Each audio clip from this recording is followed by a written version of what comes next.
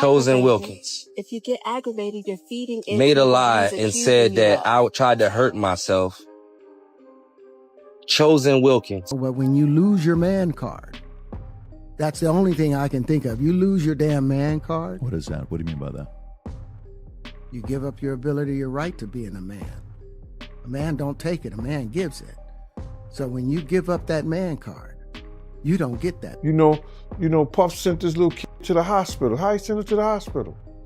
Man, bleeding from the butt. And that's what was said. But I didn't even have a name for the kid at the time. Hit him, boy. Hit him, boy. Hit him, boy. As his mom brought Yaz to Charlie. And Charlie came and got me and was like, what you want to do? You doing gay porn and like, what is wrong with you, man? Stay up till? I stay up till like maybe 6 in the morning. I'm back up at like 10:30, 11. 6 in the morning? What do you do every night till 6 in the morning? You don't go to clubs every night. No, I mean, I make love a lot. Terrence Howard isn't just giving interviews. He's reopening a chapter many people thought was long buried. And this time, the conversation isn't about ratings, contracts, or on-set drama.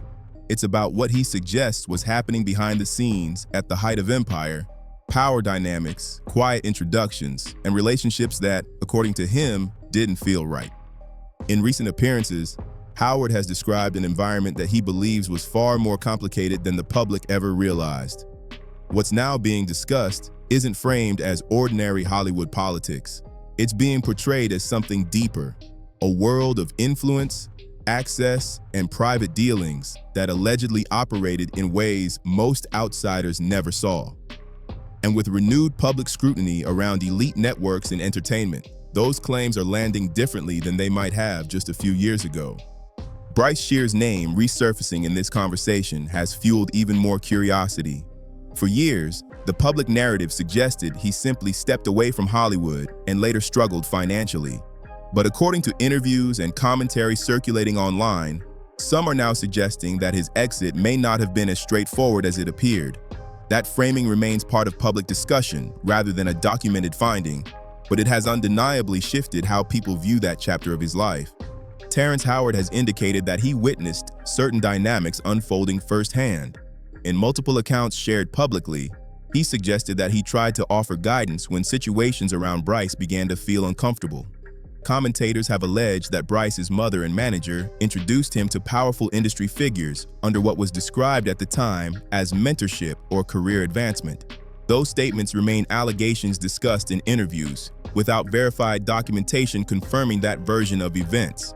What Howard has consistently stated, however, is that he was not in a legal position to intervene on Bryce's behalf. Other individuals who say they were around during that period have since shared their own recollections. Through podcasts, live streams, and interviews, they describe moments that, in hindsight, they claim raised concerns. These are personal accounts and interpretations, but collectively, they have amplified speculation and kept the conversation alive. Howard has also spoken about his own experiences. According to his public statements, Diddy approached him in what was presented as a professional context, saying he was preparing for a film role and wanted acting guidance. What struck Howard, as he later explained, was that he was approached directly despite not marketing himself as an acting coach. Did you ever have the opportunity where you got invited and you said no to it? Hell yeah. What was the consequences when you said no? Puffy invited me for weeks asking me to come and teach him how to, wanted me to be his acting coach for a while. Go there and he's sitting around just looking. I'm like, okay, what's the material you want to work on? He's just looking at me. Then next thing you know, okay, hey, will you help me? I want to hear your music. So I come over there and I play the music. And he's sitting there, just looking at me, like waiting. Okay. So then my assistant was like, he wants to hang out with you next week. And I was like, for what? He's like, I think he's trying to fuck you. That's what my assistant said. And I was like, oh, okay. Now I get it. So now no more communication.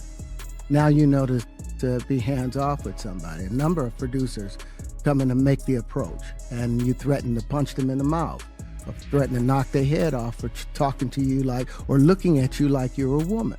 Looking back, he has suggested that the situation felt unusual.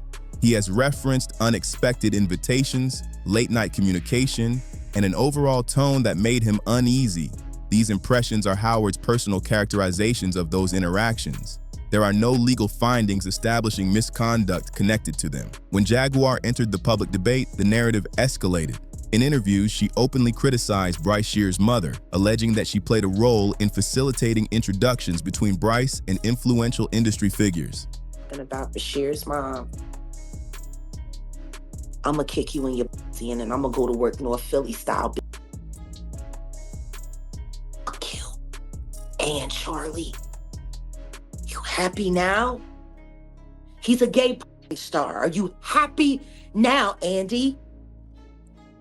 For a book that didn't sell. I hope that new husband of yours leaves you. And maybe it's time you tell your son why his father is really in jail, his biological father, for all of his life and what you had to do with it. You can see Jaguar referenced someone identified as Charlie, claiming these connections were framed as opportunity and mentorship. Bisexual, they do weird things in their house, and young men have left their house screaming to get away from them in their mentorship. Meek Mills, Bryshere Gray, left that house screaming. August the only one that stayed, and I guess he was really sick. He needed a dog. Who knew that your husband was doing things to boys and did stuff to your son and you ain't do shit about it? Bilal told me everything. They're good friend who. Bilal told me. Jada. He told me that you knew Will was f***ing your child. Yes, he did. Wonder why he left that out of his Tasha K interview. Yeah, in that interview, he said a lot. He said a lot. He said everything but the thing that was important. That he know that Will Smith, Jaden, he Bryshere and he me. She further alleged that financial incentives may have influenced decisions made on Bryce's behalf. These claims remain her personal accusations and have not been substantiated through court rulings or official documentation. However, the severity of the allegations has significantly shaped online reaction. Another element driving public response is the repeated suggestion in commentary that Bryce may have been very young during the alleged events. While specific timelines remain unclear, the implication alone has generated strong emotional reactions. If the scenario being described were ever substantiated, it would raise serious ethical and legal concerns. At this stage, however, much of what is circulating stems from interviews, secondhand accounts, and online discussion rather than confirmed evidence. Broader discourse has connected these conversations to renewed scrutiny of elite networks following the unsealing of Epstein-related court documents. There is no verified evidence establishing direct contact between Bryce and Epstein. Some commentators argue that Epstein represented only one visible figure within what they believe to be a larger system of influence. That perspective remains a theory debated in public forums, not a legally established conclusion. Ali Carter has also been cited in this context. In past interviews, she spoke about what she viewed as systemic issues within elite circles, and supporters now reference those statements as evidence of broader patterns. Her claims, like others, remain part of testimonial discussion rather than adjudicated fact. Online speculation has extended further, with some narratives suggesting that certain industry figures operated within separate exclusive circles independent of Epstein. These claims originate from social media commentary and interviews, not from confirmed legal documentation. Nonetheless, they continue to circulate widely. Jaguar later claimed that Bryce's mother once approached her privately, expressing regret and emotional distress over past decisions. She came to me and begged me for my help. I told her to get the away from Charlie. I did everything that I could do to get Bryshere, to help her get Bryshere out of California into Chicago safe, to be ready for filming. She knew she knew what Will did to him. According to Jaguar's account, there were admissions of feeling overwhelmed and possibly misled about the true nature of certain relationships. She further alleged that financial considerations ultimately influenced continued silence. These descriptions remain based solely on Jaguar's retelling and have not been independently verified. Then Brother Bilal entered the conversation, identifying himself as a longtime industry insider who once worked closely with Will Smith. Bilal appeared in interviews that quickly went viral. In a conversation with Tasha K, he alleged that Will Smith had been living what he described as a secret life. He claimed that he once walked into Dwayne Martin's dressing room and witnessed what he characterized as an intimate situation involving Will. Door to Dwayne's dressing room, and that's when I see Dwayne and having anal with Will. Let me process that for a second. There was a couch, and Will was bent over on the couch, and Dwayne was standing up on him. Murder, like murder. It was murder in there. Bilal presented this as first-hand observation. These statements stem entirely from his interviews and have not been supported by independent evidence or court findings.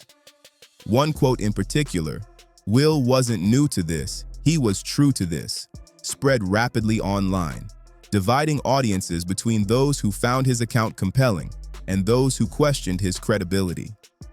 In a subsequent interview, Bilal shifted focus to Bryce Shear. Recounting time, he says they spent together in Chicago. He alleged that Bryce experienced an emotional breakdown and attributed personal struggles to past interactions with powerful industry figures. Bilal named individuals including Will Smith and Diddy in his account.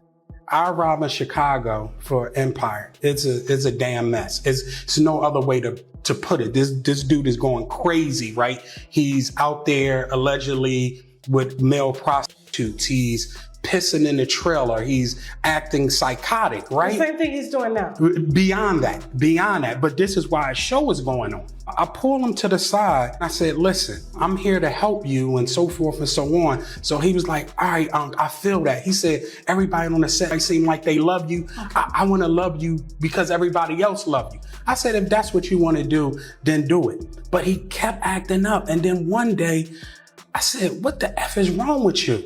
And he said, Will me, Diddy made me suck his penis. You know what's going on. Charlie made me suck. And I said, I have no idea what's going on. I have no idea. So he crying, no blood is coming from his nose. Yes, you do. Yes, you stole 2 hard drives from Jada's house. So now we get into why she's even more mad. Jada will watch at the houses. She had her laptop. She would stick her hard drive in, right? Boom, and hook it up to the TV. And she could play whatever video she watching. So I'm seeing videos of her and Will and a bunch of some celebrities, everything. Because remember, the last interview I told you, if you don't sue me, I'm going to let people know who you've been hitting with them dildos. And I said, if you don't sue, I'm going to sue. So I told you, being Muslim, whatever I say I'm going to do, that's what I'm going to do. Period. And I got to have evidence. So she's sitting down here watching, playing with herself, high as a kite, right? Not caring who's in the house, whether kids watching, nothing. She's in her own world. So that's how I was able to see the tapes. I saw them, and I saw some things that were unreal, and I saw celebrities on the tape. Ooh. I'm under penalty of perjury. If anything in here is a lie, my ass on in jail. Period. There's no if, there's no ends, there's no buts. You know what you and Diddy was doing together in y'all younger years. All that's coming out. Who else did you see allegedly on the tapes? Tyrese with Will and Jada. Then the one with Charlie Mack and Will. Jada's not on it, but you can hear her say, make him spit up. Period. So when these tapes come out, people will know I'm telling the absolute truth. So it's time for everybody that got a credible story, I should say, to start the process. These statements remain unverified and represent Bilal's retelling of what he says was expressed during that time. This is where the situation becomes especially complex.